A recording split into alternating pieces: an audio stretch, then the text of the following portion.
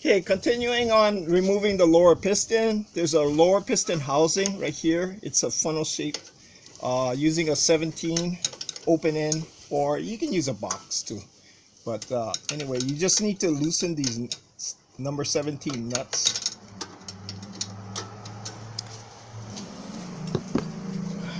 Let's see if this works. Nope. Nope, got it. Sometimes I have specialized tools.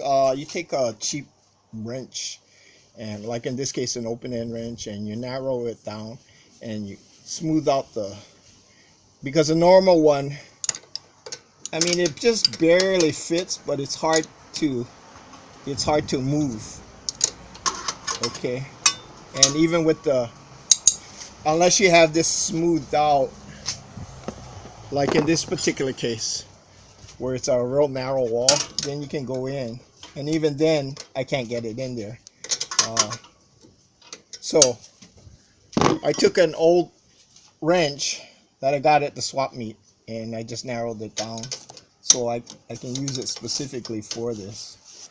And you see, I can get in and I can actually move it using this wrench. Okay, so I got it loose enough that I can remove it. And on the other side you can use a box. I'll show you.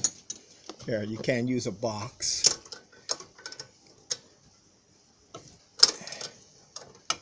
But as you can see it, I can only move it a couple notches. Okay, so just get it loose. Wow, 17.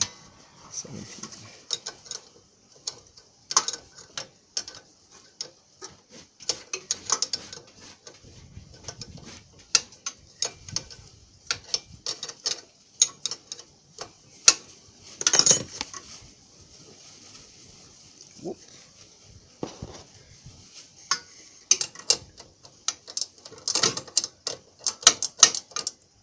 Is this going the right way? Yeah. Okay.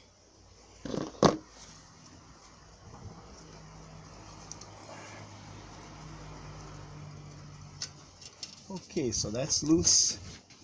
This got tight again. 17.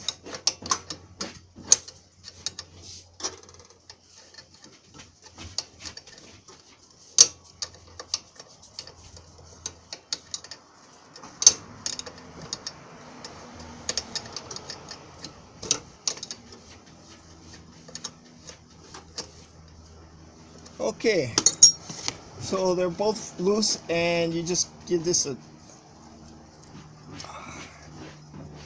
that's still tight.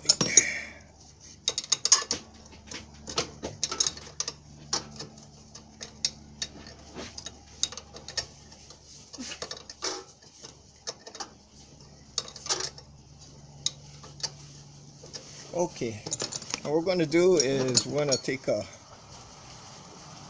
get on the edge of this. Okay, and here we go. Okay, so this is the lower piston holder.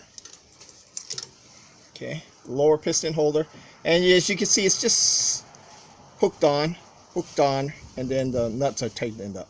Okay, so you can remove it by just twisting it, and it'll come right out. Okay, so there's a bushing here, and this is what the lower piston rests on. Okay, and as you can see, this piston's still stuck up there. It's in there pretty good.